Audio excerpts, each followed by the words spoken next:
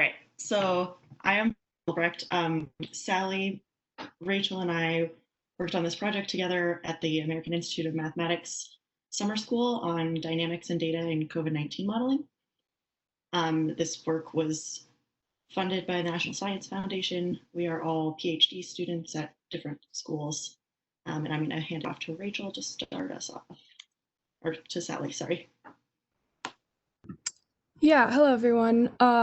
So our motivation for this project was to think about the ways that COVID and climate change are interacting. We're motivated by looking at climate change because it does present the biggest current threat to humanity. And we were thinking about the phenomenon that people's behaviors were largely changed during the course of different lockdowns. And so we were just wondering if we could quantify the changes. And so in this just very preliminary graph, you can see that NO2, which we'll explain further, but it's a proxy for greenhouse gas emissions, was significantly lower in 2020, which is the red line, as compared to the previous 5 years.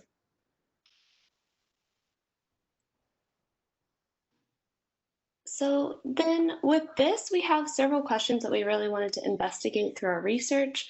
So the first is, have these behavioral changes caused significant changes in our CO2 emissions? So looking at those lockdown procedures, thinking about the reduction in travel and airplane movement, all of that kind of stuff.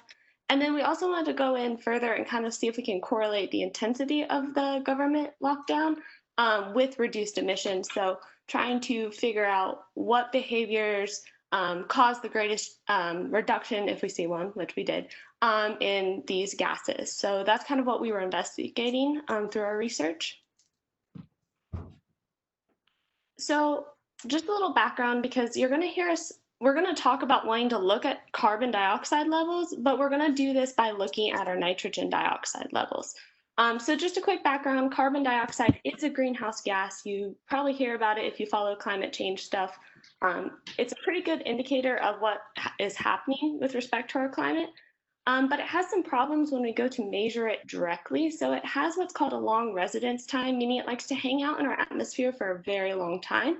What this does is it causes problems with the gas being transported over a couple days in its location. So you might take a reading at one spot, but part of that reading might be stuff that is not new, that has not been generated that day, but is instead just blown in from prior like time in the atmosphere.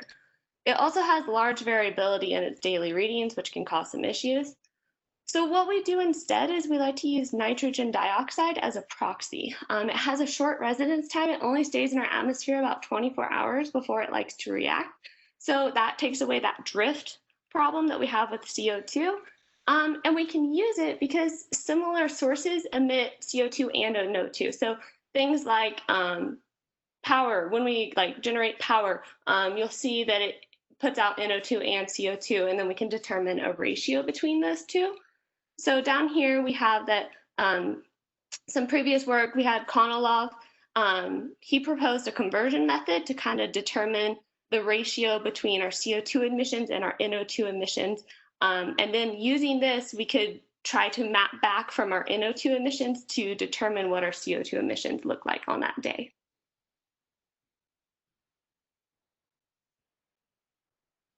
And there's been some work done in this area, but what people have done before is that they've used some other methods to just try to directly estimate that CO2 emission. And so you can see on our graph on the left, this is all work done by Quere. You can see that it's broken down by sector. So a sector would be like your power industry. We look at these specific areas where we see CO2 emissions coming from. And you can see that people have shown that there's most likely a significant change here in our CO2 levels. Where we're looking at the change is what's on our y-axis, and then the months as we go along our x-axis. So people have shown that if we try to do different methods of estimating CO2 directly, we see decreases, but we wanted to go ahead and confirm these results by looking at NO2 as a proxy, where we can use actual daily readings of the gas. And then on the right, on the right, we just have a preliminary graph of our NO2 versus the day of the year, where we have the light blue lines are many years, and then the mean of those is in the dark blue. And then red is our current year, which is 2020. Yeah, so now to move on and discuss the data that we use largely in this analysis. So we use satellite data to quantify the amount of NO2 in the atmosphere.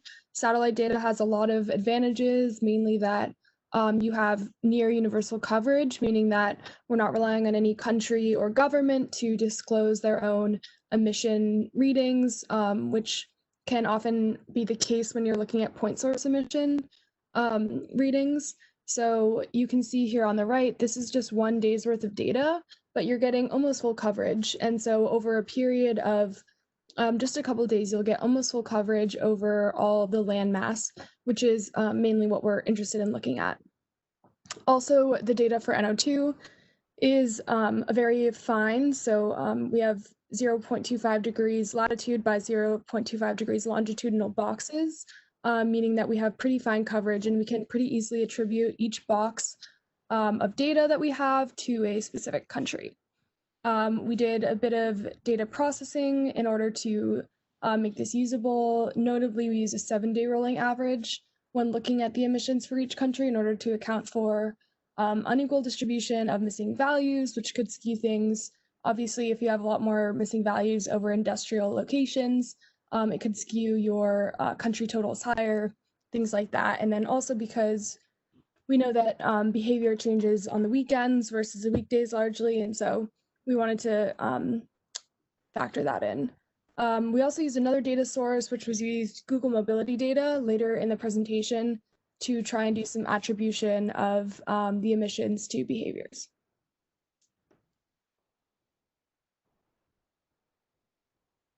So this is a lot of the bulk of our analysis.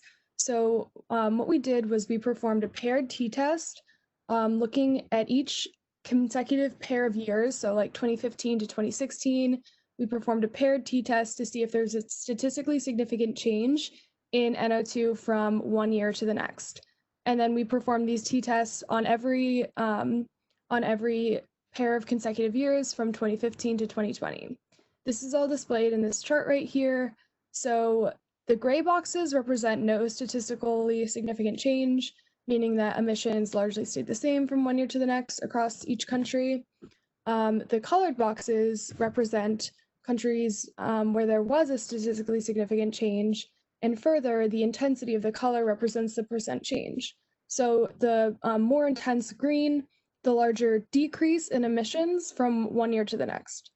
So if you look at the 2019 to 2020, which is on the far right, you can see that it is a pretty clearly universal drop in emissions that definitely oversees any previous drop. We also notice this 17 to 18, you also see significant drops in NO2, but they are less intense than from 2019 to 2020. So we found that this evidence was pretty conclusive, stating that there is a statistically significant change in the emissions from last year to this year over the first half of the year. And then quickly, something that I don't think we noted earlier, but the countries that we chose are largely the top emitters of greenhouse gas emissions, which is why we were focusing on them for the analysis. 5 remaining. Okay, thank you. So the next part of our analysis that we're just getting started on doing is looking at the correlation between the lockdown and this mobility data. So here we have the data across the x-axis and the percent change on the y-axis. So the black line is the percent change in NO2 from the average from the last 5 years, and the blue line is the percent change from baseline of residential from the Google mobility data. So that's how much people are staying at home compared to normal. And we haven't done much testing with this yet, but you can see from the graph that there is a change that happens around the same time that the mobility data changes, the NO2 starts to drop more. So this is our next step, is to kind of quantify this correlation and use some of the other mobility data to maybe find the relationship between different sectors and the drop in NO2. So this is still a work in progress, but the conclusions we have so far, we can see the pandemic has changed emissions in a significant way. And it does appear that they can be explained in part by mobility behavior. A deeper dive into this could give insight to how to make these changes persist long-term, which is our ultimate goal here, is to see what of this can we keep going into the future to help lower emissions.